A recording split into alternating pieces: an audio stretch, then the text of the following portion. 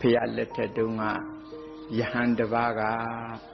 ဒီကနေ့တပည့်တော်ရဲ့နောက်ကျောင်းပြန်တရားဟောမယ်ဖျားကြွတော်မူကြပါလို့ဒီလိုဖိတ်တယ်ဖျားရှင်ကိုတော်မြတ်ကြီးသတင်းသုံးတော်မူတဲ့ကျောင်းတိုက်ကြီးတွေမှာဟိုတရားဓမ္မယုံကြီးတွေဆိုတာရှိတယ်နော်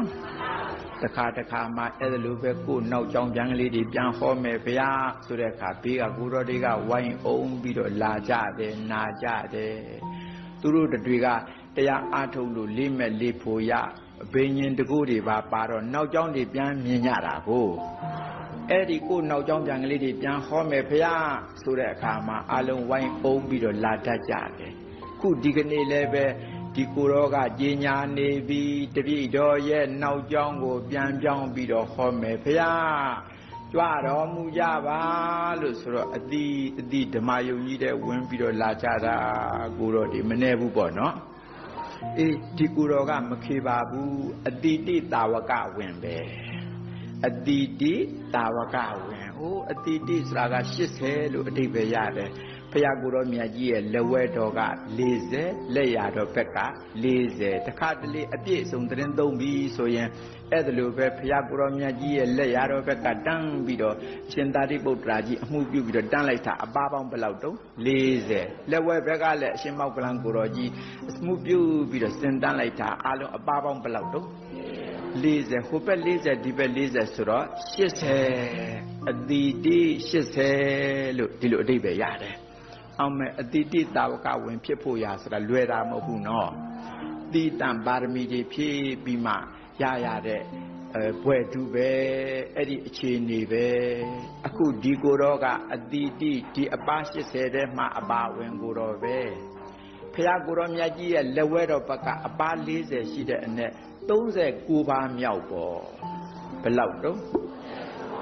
39ပါးမြောက်ကိုတော့မောကရာဇယဟန်လို့ခေါ်တာပေါ့ပါတယ်တော့မောကရာဇယဟန်သူဟာမခေဘူးနော်ဒီကိုတော်ကမောကရာဇဆိုတဲ့ကိုတော်ကသူဘာလုပ်တတ်တယ်လဲလို့ဆိုရင်သူကသင်္ကန်းကိုဟောင်းနွားဝတ်တတ်တာတဲ့သင်္ကန်းတို့ဘာတို့အစ်စ်တို့ဘာတို့များရရင်သူမဝတ်ဘူးသူကအဟောင်းပဲဝတ်တယ်အစ်စ်ဆိုရင်သူ့ရတဲ့ဥစ္စာသူများပေးပလိုက်တာပဲတဲ့အရှင်ဘုရားအဟောင်းအနွမ်းကလေးများရှိရင်တပည့်တော်ပေးပါစွန့်ပါလို့ဒီလိုတဲ့နော်ဒီကိုယ်တော်က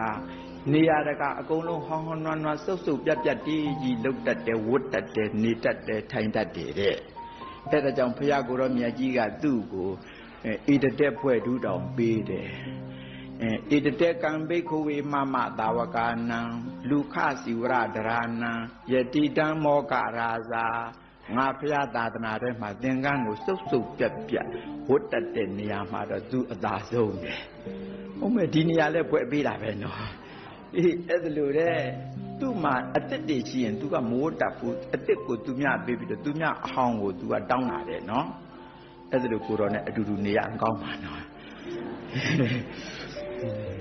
အဲ့ဒါလို့ကိုတော့ဒီကိုတော့မောကရာဇသူ့နာမည်ကပါတော့မောကရာဇလို့ဆိုပါတယ်ဒီကိုတော့ကကုတရားဟောမယ်လို့ဆိုပြီးတော့ကိုတော်ဒီစုံနာနဲ့တပြိုင်နဲ့တရားပွဲစပါတယ်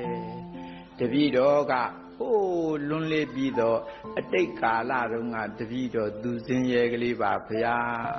ဟိုးလွန်လေပြီးတော့ကတ္တပါဖရာလက်ထက်အတိတ်ကာလကတပည့်တော်ကဆင်းရဲတဲ့သူတယောက်ပါဒီတော့တပည့်တော်ကဇေယနေရတယ်ဖရာအဲ့ဒီဇေယမှာပဲနေထိုင်ပြီးချက်ပြုတ်စားသူလိုနေလာခဲ့တာတဲ့အဲ့ဒါလိုနဲ့စားတောက်ပြီးတော့လာခဲ့တာကြာတော့လေဇေယဟာညှဉ်းနှွမ်းသွားတာပေါ့ချက်ပြုတ်စားတဲ့မိကိုတွေနဲ့ဗာတွေနဲ့ဆိုတော့မှိုင်းနေသင်းပြီးတော့ဇေယကြီးတစ်ခုလုံးညစ်သေးသေးကြီးဖြစ်နေတဲ့အဲ့ဒါနဲ့ကဲဒါကြီးလည်းမကောင်းတော့ပါဘူးကွာကဲဒီဥစ္စာကြီးမီးရှို့ပြလိုက်မယ်ဒီတော့တတ်နိုင်တဲ့သူကအသစ်ဆောက်လိုက်မှာပေါ့သူစိတ်ကူးကလေအဲ့ဒါနဲ့ဒီဇယကိုမီးရှို့ပြလိုက်တဲ့ဟဲ့လှုပ်လိုက်တာကြည့်လူသူ့ဟာသူနေအကောင်းသားနဲ့နော်ဒီဇယကြီးညစ်သေးကုန်ပြီကဲမကောင်းတော့ပါဘူးဆိုပြီးတော့နောက်အသစ်ဆောက်နိုင်တဲ့သူကဆောက်လိုက်မယ်ဆိုပြီးတော့မီးရှို့ပြလိုက်တဲ့အဲ့ဒီဥစ္စာကဒုက္ခများသွားတာအိုးတန်ခိကဇယလက်ဆိုတော့အဲ့ဒီဥစ္စာအပြစ်ကြီးတာပေါ့အပြစ်မကြီးပေဘူးလား အဲ့ဒီအပြစ်ကြောင့်တဲ့အဲ့ဒီဘဝကတည်တော့ဒီပုဂ္ဂိုလ်အဝိဇ္ဇိကြရတယ်ဟဲ့မနဲ့နာဘူးလားကြည်စံဆင်းရဲတဲ့ထဲအတိညာကမွဲတော့ထင်ရလျှောက်လုံးမိတာမဟုတ်လားအခုဒုက္ခတွေများကုန်ပြီဘယ်ရောက်သွားဟဲ့အဝိဇ္ဇိတောင်ရောက်သွားတဲ့အဝိဇ္ဇိမှနှစ်ပေါင်းများစွာဒုက္ခတွေခံရပြီးတော့အဲ့ဒီအဝိဇ္ဇိကတက်လာတော့အပယ်လေးပုံရောက်ပါတယ်ပြိတ္တာဘဝရောက်ပြီးတော့ငတ်ငတ်တီးတီးနဲ့ပြိတ္တာဘဝမှာလဲဘဝပေါင်း900ပြိတ္တာဘဝမှာဘဝပေါင်း900အဲ့ဒါလိုနဲ့ပြိတ္တာဘဝငတ်ငတ်တီးတီးပဲစင်ရဲနဲ့အဲ့ဒါလိုနဲ့လာခဲ့တဲ့ဘဝပေါင်း900ပြည့်လို့ပိတ္တာဘဝကလွတ်ပြီးတော့လူဘဝတော့ရောက်ပါရဲ့ခြေလက်အင်္ဂါမစုံတဲ့ဘဝတွေဖြစ်ရပြန်ရောတယ်ဘယ်နဲ့တော့နစ်နာလိုက်တာနော်လှုပ်တုံးကတော့တစ်ကြိမ်တစ်ခါခံရတော့အကြိမ်တရားမကဘူးနော်ကြည်စံတန်ကိကဇယက်ကိုမိရှုခဲ့တဲ့အတွက်အခုလူဘဝတော့ရောက်ရပါရဲ့ခြေလက်အင်္ဂါမစုံတဲ့ဘဝရောက်ရတယ်မဟုတ်လားဟင်းဒါတွေနဲ့ပတ်သက်ပြီးတော့စဉ်းစားစရာနော်ဘုန်းကြီးတို့နဲ့သိတဲ့ပုဂ္ဂိုလ်တွေကိုပဲရှိတယ်နော်ရှမ်းပြည်သွားတော့ရှမ်းပြည်မှာအဖြစ်အပျက်အမှန်ပဲကလေးလေးတယောက်ကပြောလာတာဟိုဖရာကြီးတဆူလိုင်ကောင်းထဲမှာကြီးဖရာကြီးရှိတယ်အဲ့ဒီကြီးဖရာကြီးကကြီးကိုလိုချင်တော့ဖရာကြီးကလည်းအကြီးကြီးမမနိုင်တော့လက်မောင်းကြီးဖြတ်ယူတာဖြတ်ယူတဲ့အခါသူတို့တငယ်ချင်း2ယောက်တို့သွားဖြတ်ကြစို့ကွာဆိုပြီးတော့တယောက်ကမိအိမ်ကြီးကင်ပေးရတယ်မိပြတာပေါ့ညမှောင်ဟိုတယောက်ကလွှာကြီးနဲ့ထိုးပြီးတော့ဖြတ်အဲ့ဒါလိုနဲ့ပြတ်လူမှဘေးကအရက်ကဝိုင်းဖမ်းတော့သူတို့မိတာပေါ့မရလိုက်ပါဘူးလက်ကြီးတို့လူတို့ခင်ပါပဲအဲ့ဒီတင်သူတို့တွေလဲထောင်တန်းကြအဲ့ဒီကလွတ်လာတော့စင်ရဲနဲ့နောက်တော့သေကြပါတယ်သေတော့အဲ့ဒီမိအိမ်ကြီးပြတဲ့လူတယောက်ကလူဝင်စားဖြစ်ပါတယ်အိမ်တအိမ်မှာလူဝင်စားဖြစ်ပြီးတော့စကားပြောတတ်တဲ့ဘဝရောက်တော့ပြောလာတဲ့သူလဲလက်ပြတ်ကြီးနော်အဲ့ဒီသူပြတ်တဲ့ဥစ္စာဟာ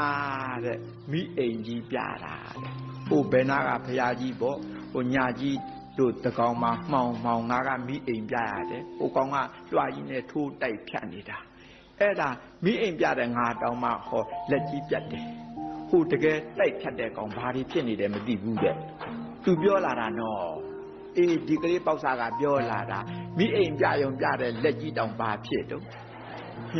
အပြက်ကြီးမွေးလာတာတဲ့နော်ဟိုကောင်တကယ်တိုက်ဖြတ်နေတဲ့ကောင်ဘယ်ရောက်မှန်းတော့မသိဘူးတဲ့အဲ့ဒါလူတွေရှိပါတယ်